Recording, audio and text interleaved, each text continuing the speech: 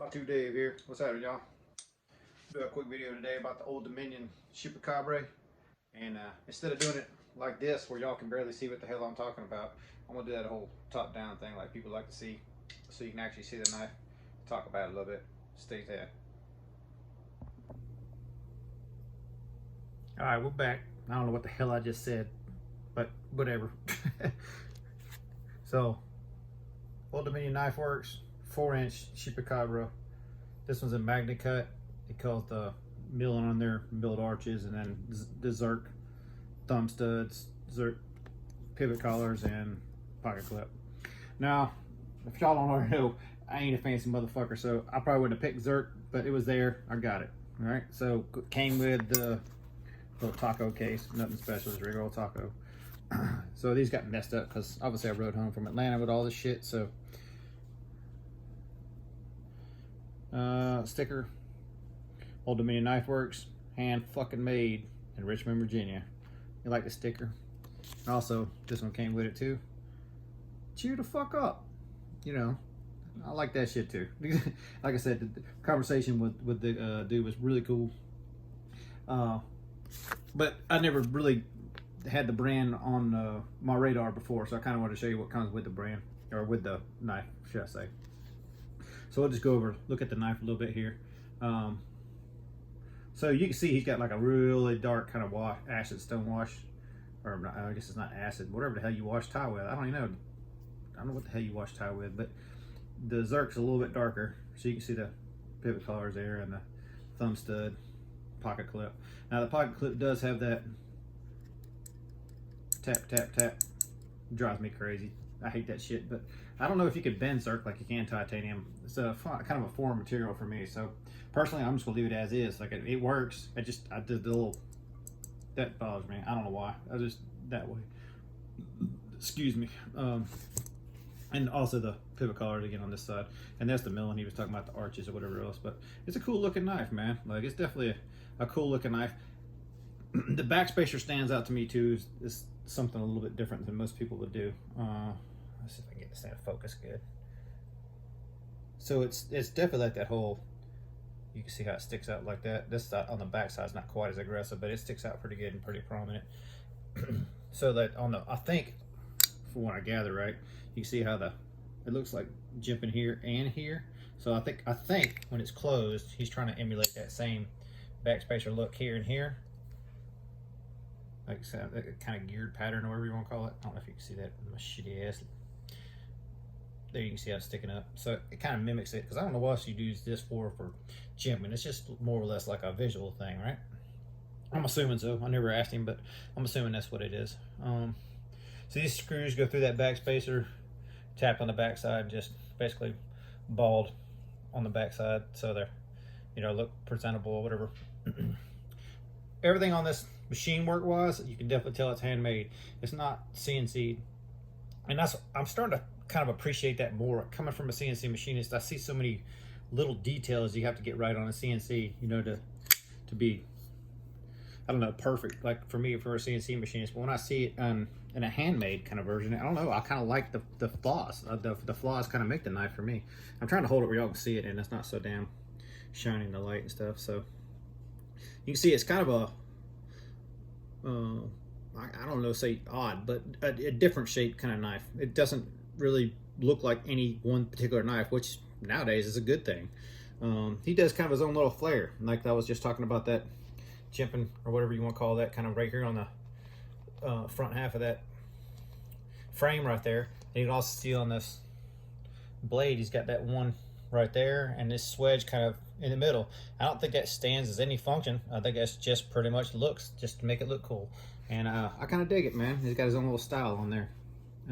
Something different. Like, and I ain't gonna say this thing grabbed my attention as far as visually when I first saw it, but as soon as I picked it up and felt it, I'm gonna demonstrate here in a second. But as soon as I picked it up and felt it, I really knew that was definitely the one I came to Blade Show for. And it's a sweet little knife, man. So I'm just trying to give you all a good little look at it.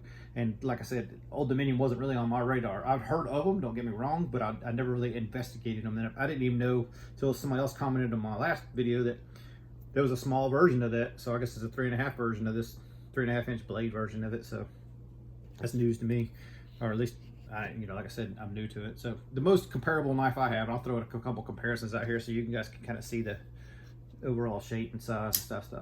This Marauder H, pretty damn close, and function wise. Let's see if I can turn them. I suck at this, don't I? I'll just lift it up a little bit. There you go. Pretty damn close to the same overall kind of knife, man. Like, it's really, really similar functionality wise. How it's kind of set up. This one's definitely got more of a, this is a hollow ground, and obviously it's pretty much, it's a little bit thicker on the tip, but it's pretty consistent on the belly part of it. The way he's got this one ground, it's pretty thick at the tip. You damn near pry with the tip of it, but it's pretty damn slicey over here, and it's flat ground, and it's just nice, man. I kind of like it because it's hard to tell if you can see it or not, but there's definitely a choil here where you can hold it. And I'll like I said, I'll show you action in a second. I just want to show you some comparable sizes. Damn, I suck at this.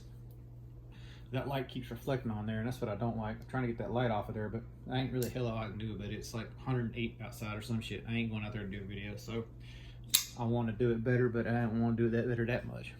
So consider for size wise. Let me see if I can get over here, get you a little better view here. There's the J2.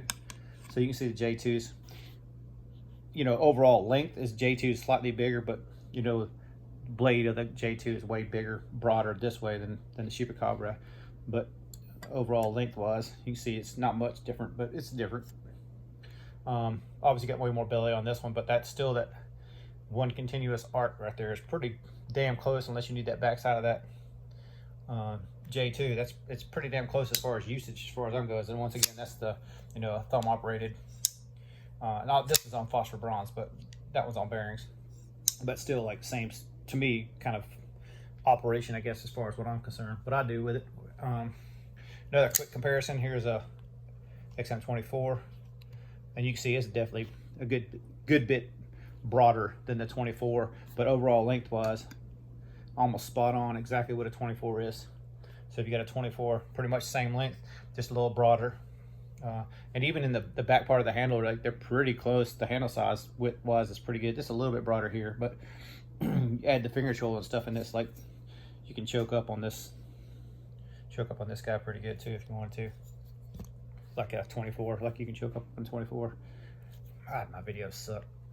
And the last one I want to show you is just basically because I got it and I ain't showed it in a long time, for a good minute anyhow. This is the 4-Max, and you can see the 4-Max is definitely a bit bigger, but usable cutting edge and overall handle width. Like, you're pretty damn close. It's pretty close to that 4-Max as far as that goes. And to me, I always thought the 4-Max was a little bit thin this way, but it's a super broad blade. But it's a cool ass knife. And once again, that's not on bearings, but thumb stud, and it might as well be on bearings as far as I'm concerned if it drops like that.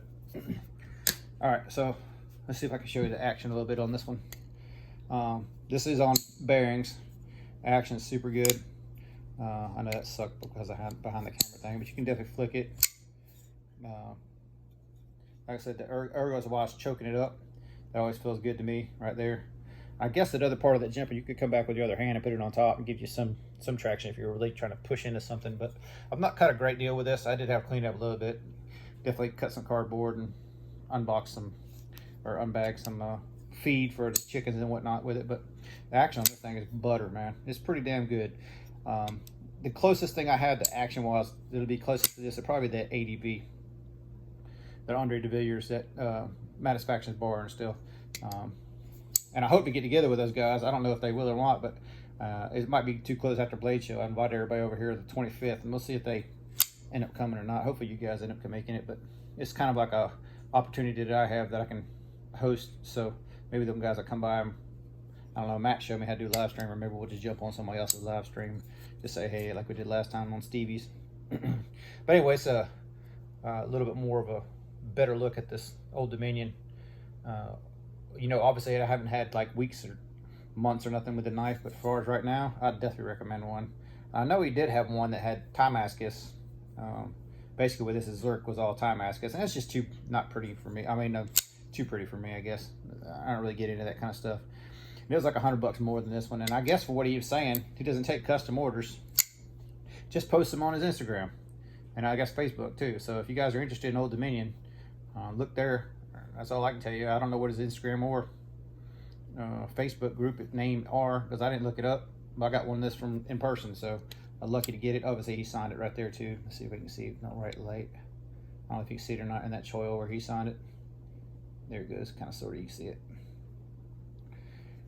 But the edge super sharp. Like, it did a good job sharpening it. I don't really have a whole lot else to say to it other than recommend it. It's a good action knife, and another one to watch out for. All right, I guess we're gonna call it there. Later, fellas.